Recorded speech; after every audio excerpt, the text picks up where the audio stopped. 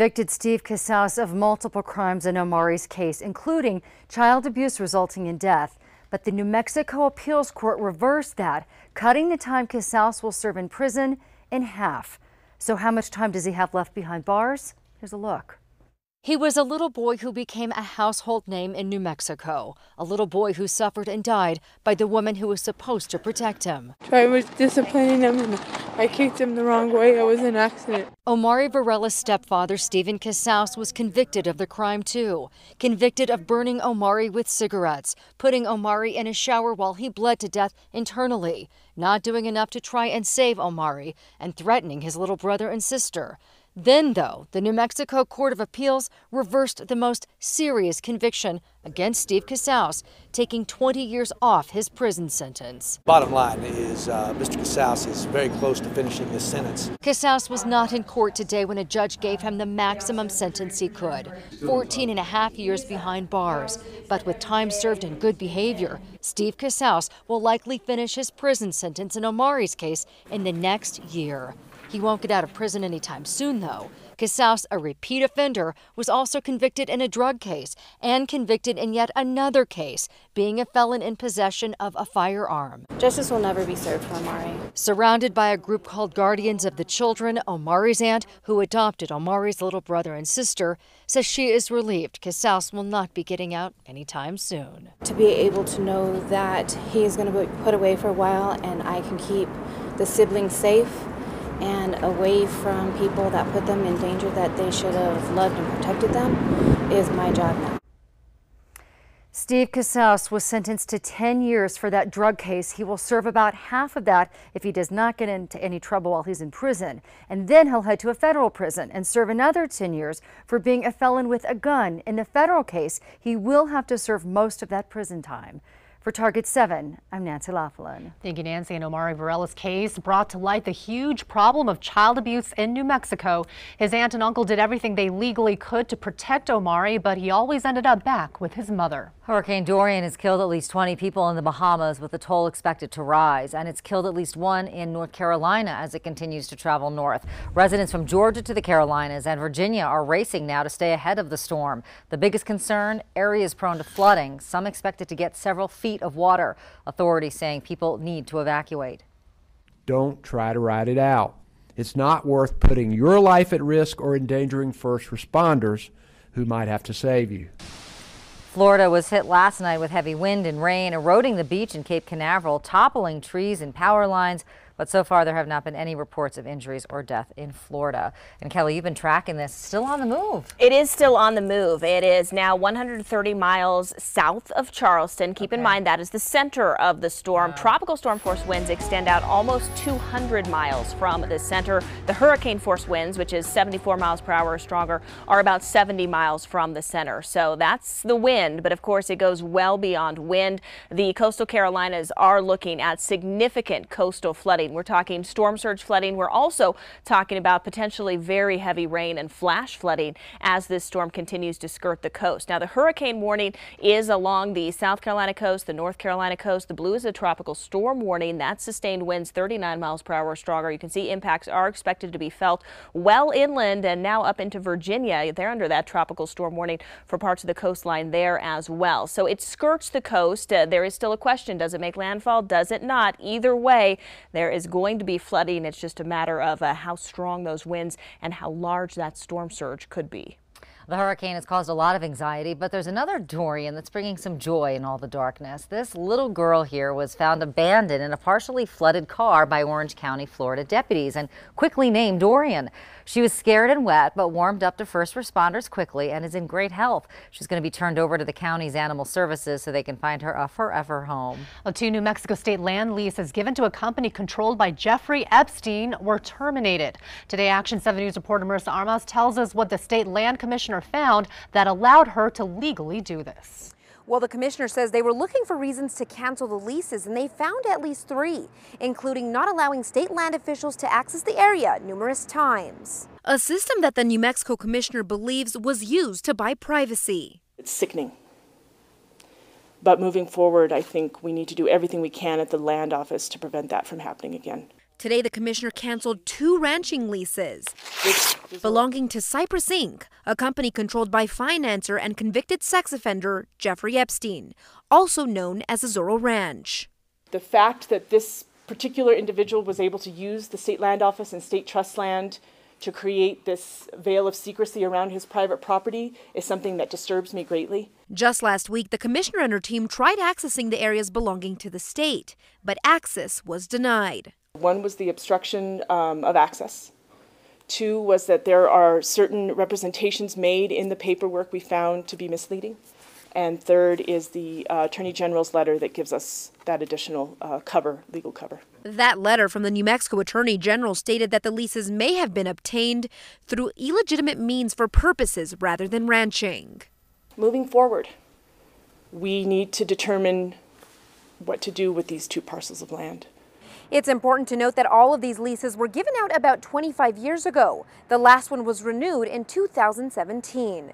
Marissa Armas, KOAT Action 7 News. The company has until early next month to vacate the land. As for what to do with the land, the commissioner says one option is leasing it to a local ranching family or even turning it into a memorial for the potential victims, but that's all still up in the air. We're still dealing with hotter than average temps, but is relief on the way? Meteorologist Kelly Franson has that answer in your live Super Doppler 7 forecast. Well, we topped out at 91 today compared to 96 yesterday, so you could argue we had a little relief, but yeah, still well above normal for this time of year.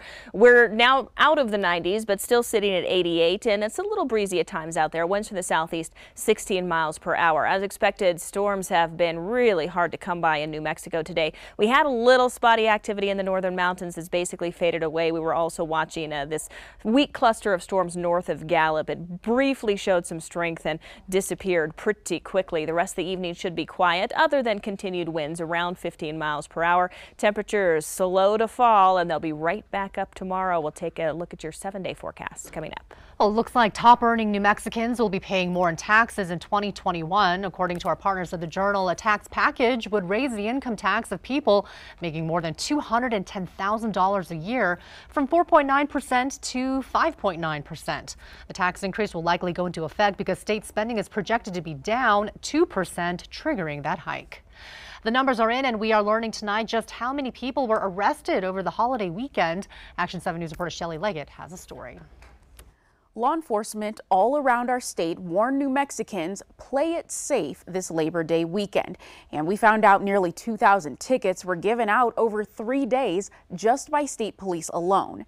Here's a breakdown of those numbers according to state police. 1,700 citations were issued altogether. 14 drunk drivers were busted, another 11 on drug arrests, and officers handled 37 crashes non-fatal. Operation CARE lasted from Saturday through Monday. Shelley Leggett, KOAT Action 7 News. Labor Day weekend is one of the busiest travel times of the year. Well, another change is coming to Smith's grocery stores and Kroger stores around the country. The company released a statement asking customers not to bring their guns inside of their stores. They said they will also call on lawmakers to pass gun reform laws like universal background checks.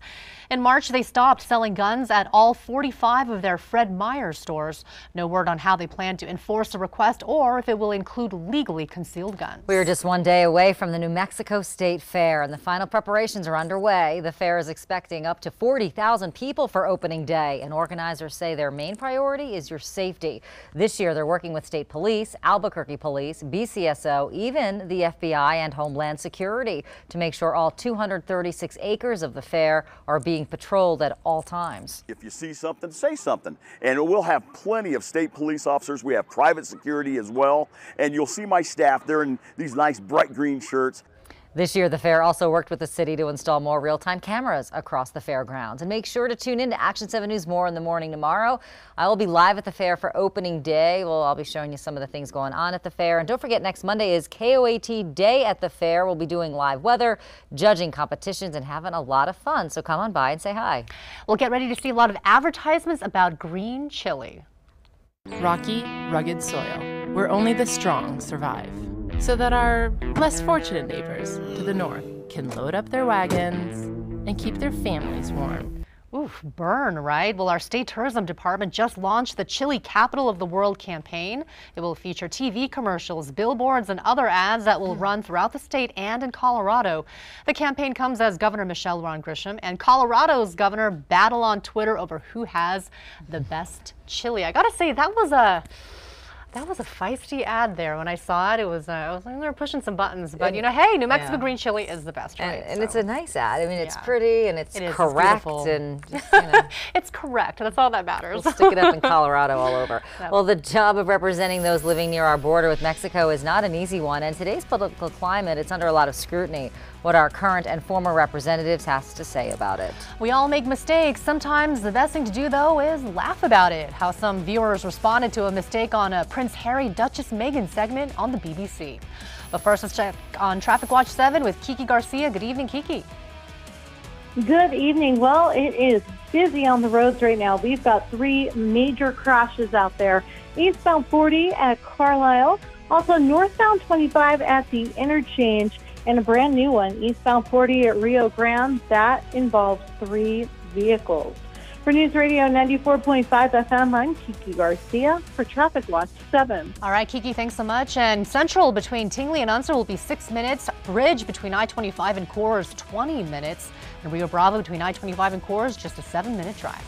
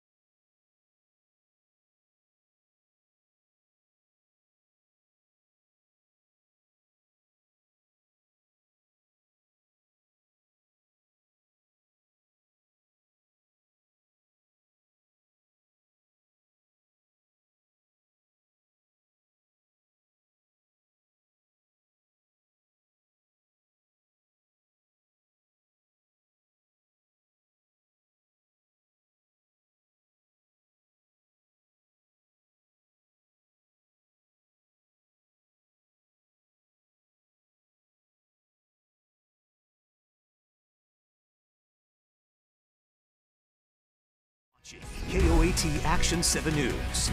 KOAT is spending this entire year looking at every aspect of the battle at the border to bring both sides closer together. And tonight we hear from our current U.S. representative in southern New Mexico and from a former congressman who used to have that job. In our Project Community Report, anchor Doug Fernandez tells you what they agree on and disagree on as to what's working and what needs to be done. The president wants a wall to divide the U.S. and Mexico, but many New Mexicans believe it does more than that, including the elected leader representing the southern part of our state in Congress.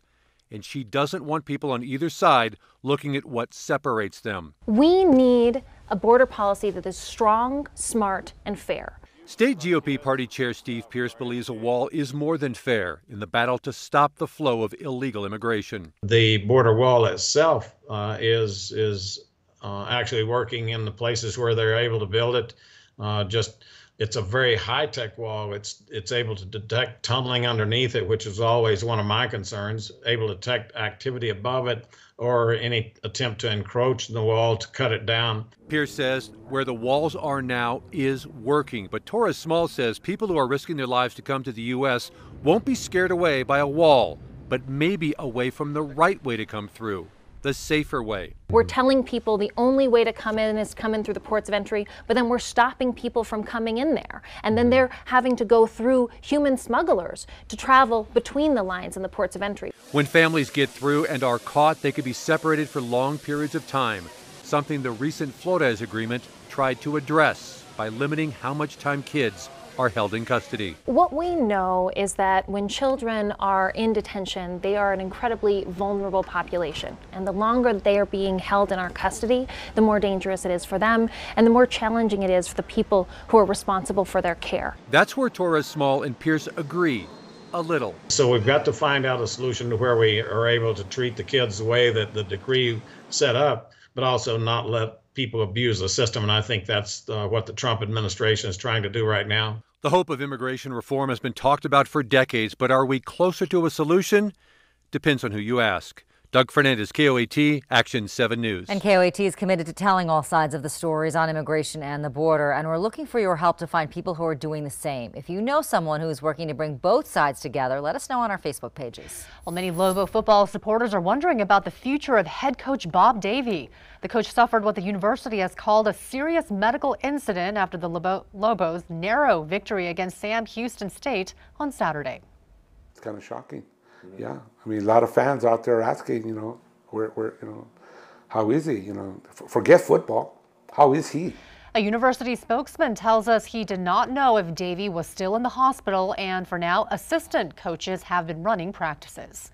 The Lobo football team will host New Mexico State in the Rio Grande rivalry later on this month, and they need your help for the annual Red Rally. Every Monday, Tuesday, and Wednesday through September 19th, you can help build a 25-foot-tall Aggie, which will be burned during the rally. The Red Rally is September 19th again at Johnson Field. The game is September 21st. Family members of Ernestine Romero have launched a charity fund in her memory. The popular Tejano musician was murdered by her husband in July. Now, according to the New Mexican, her family has started a fund to provide donations for organizations focused on preventing domestic violence, as well as scholarships for students. Well, the BBC made a mistake while covering Prince Harry and Duchess Meghan during a segment. Take a look at the monitor right behind the anchor and her guest. It appears to be a picture of the couple, but in reality, it's a picture of their wax figures from Madame Tussauds Museum. They were quickly called out on social media, with one viewer saying, quote, "That was very naughty, BBC." It is pretty lifelike. I would have probably thought that was them, maybe. Yeah, okay, well, when you take a closer look, yeah. It's great. I mean, wax figure, they're pretty accurate. They're amazing. Right. Yeah, I mean, if you do a quick take, I mean, I'm surprised people almost noticed it, I'm glad people were able to kind of laugh it off. They're photoshopped. Anyway. Right. Well, it has been 3 weeks since we had a high in the 80s, and normally around this time of year, our average is 85. Meteorologist Kelly Franson will tell us when we can expect that weather to return and our chances of rain in the future in your live Super Doppler 7 forecast. It is not going to be near term that we return to those normal temperatures. While we're a little cooler in Albuquerque today, we still made it to 91, and statewide, most locations are still running 5 to 10 degrees above normal for this time of year. Storms for the rest of the work week, very limited, but it does look like moisture will be increasing this weekend and on into at least the first half of next week. There are still questions about just how deep that moisture is and which parts of the state it really targets. But the bottom line is those storm chances will be going up, of course, when we're starting from basically zero. It doesn't have to go up much to be an improvement. 94 the high tomorrow. Stray storm can't be ruled out in the mountains to the north. Extreme west is similar to where we saw just a couple storms earlier today. I expect to be back up to 94 in Albuquerque, 86 for Santa Fe, 89 for Raton. Should make it to 95 in Santa Rosa, 93 for Carlsbad. Similar idea Friday. Little better chance of some storms in the northern mountains, but even then we're talking isolated. Into Saturday, Sunday, that's when we start to see some of that moisture work in. Right now looks like our best chance of storms is on Sunday in Albuquerque. I mentioned into early next week storm chances as well. We're trying to draw up what will be some of the remnant moisture from what was Tropical Storm Fernand. The question is as to how much gets in here. Monday, Tuesday could actually be pretty wet for southern New Mexico, so something to keep an eye on. And of course the question is how far north does that good moisture travel? Right. Okay. Thanks, Kelly. Kelly, thanks. Well, coming up, party lines are being split in the UK after members of Boris Johnson's party switch sides on a Brexit vote. What the vote enabled the parliament to do and how the new prime minister responded next on 7.